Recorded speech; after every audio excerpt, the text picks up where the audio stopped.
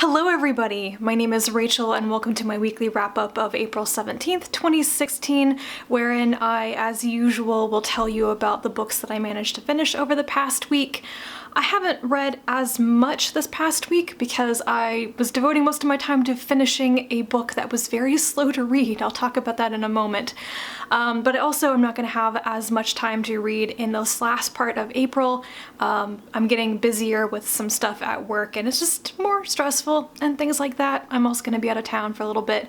So if you notice that I don't have as many videos up until May, that's probably gonna be why. I could probably monologue all morning, but I'm not going to. Let's talk about books instead. The first thing I want to mention is that I finally finished To Like the Lightning by Ada Palmer.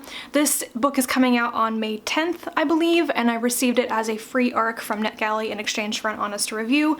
I will be doing a full written review and probably a video review in the future, a little bit closer to the publication date. So here, I just want to say I ended up really enjoying this book despite how slowly the story unfolds.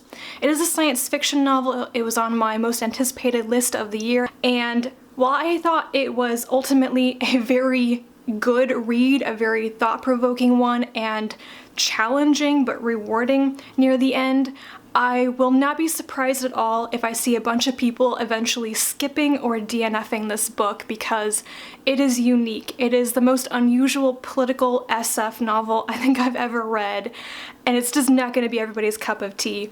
But I will talk in more detail about this closer to when it actually comes out. This week I also read two books by Kingfisher, which is the pen name of Ursula Vernon.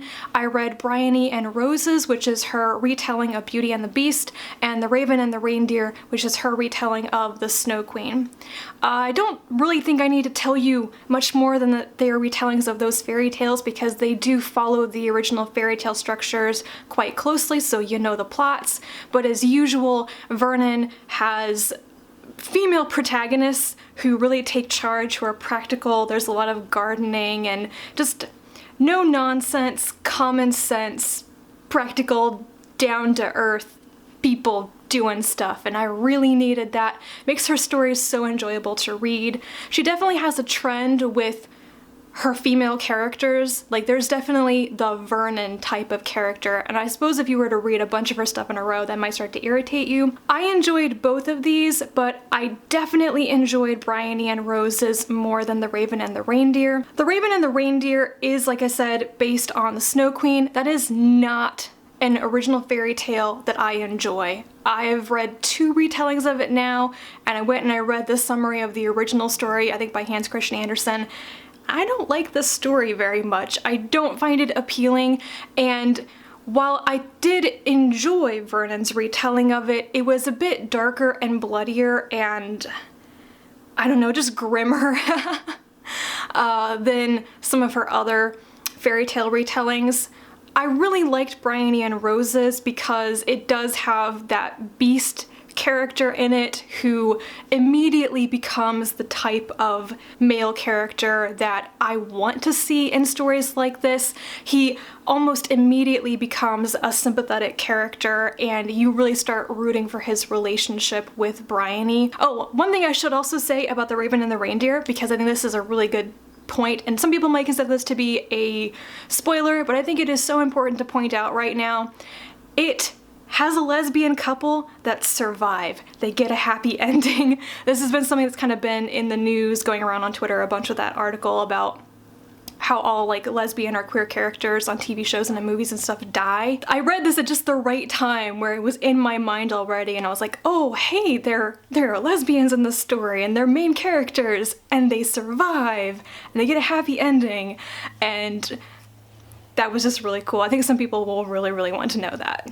I completely lost my train of thought somewhere with that tangent, but anyway, I really enjoy Kingfisher's work, and if you like fairy tale retellings and you also like humor and practical protagonists, you should definitely check these out. The penultimate book that I want to talk about is Flatland by Edwin A. Abbott. The subtitle of this is A Romance of Many Dimensions, and I suspect that the word romance is being used in an archaic meaning that I do not know and I should probably go Wikipedia that. This is a book originally published in 1884, so it's quite old, and it is an imaginative tale of a world where all the characters are geometric shapes. It's narrated by a flat square who goes to a line land where there's only like one dimension. He exists in a world that only has two dimensions. It's Flatland, and then he is introduced to the third dimension by a perfect sphere who visits him, and then there's also a discussion of whether things like fourth, fifth, sixth dimensions might exist. Now this was published before the idea of multiple dimensions was kind of, I don't know, an accepted thing. I think that's probably a pretty accepted thing in many scientific theories now. It kind of gives you a crash course in geometry and a little bit of like math, and it was interesting for that. I'm a person who enjoys math, and I was never very fond of geometry, but the idea of this book really intrigued me. I also think that it's supposed to be some sort of commentary on Victorian society, but I didn't read it at all that way, and frankly, I was a little bit disgusted at how women, the frail sex, are referred to constantly in this book.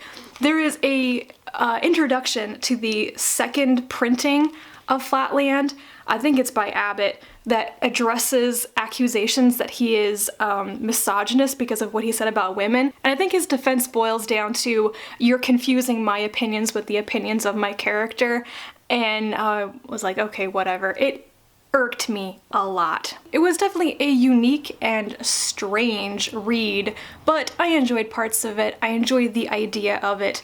I don't know if I would recommend this to people to read unless you really enjoy math or you are seeking out very old science fictional works to get an idea of the origins of the genre, which is kind of what I'm doing. The last thing that I have to talk about is The Ladies of Grace, Adieu, and Other Stories by Susanna Clarke.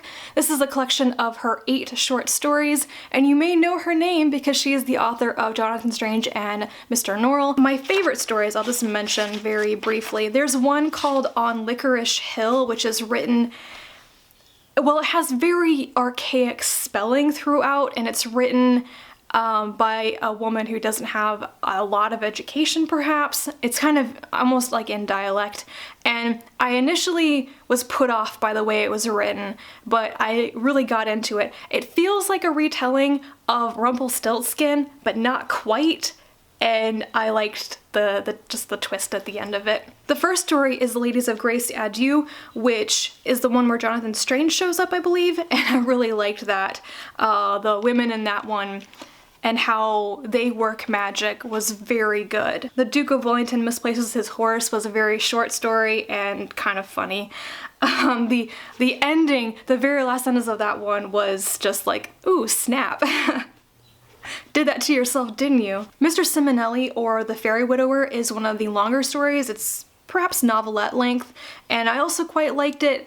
So I think some people bring this collection up as a, I don't know, panacea for the lack of female characters in Jonathan Strange, because it is a very male-centric story. There are only like 2 real female characters in it, I think.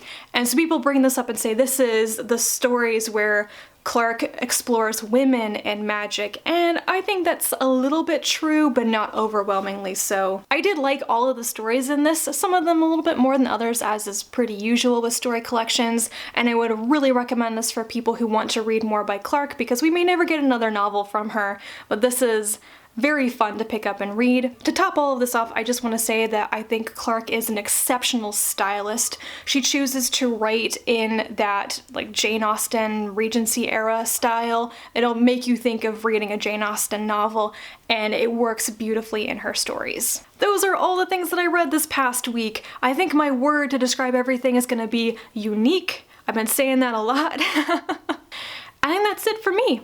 I hope you guys had a great weekend. I hope you go into a fantastic week. I will probably be back for a Friday Reads video at some point, and until then, bye.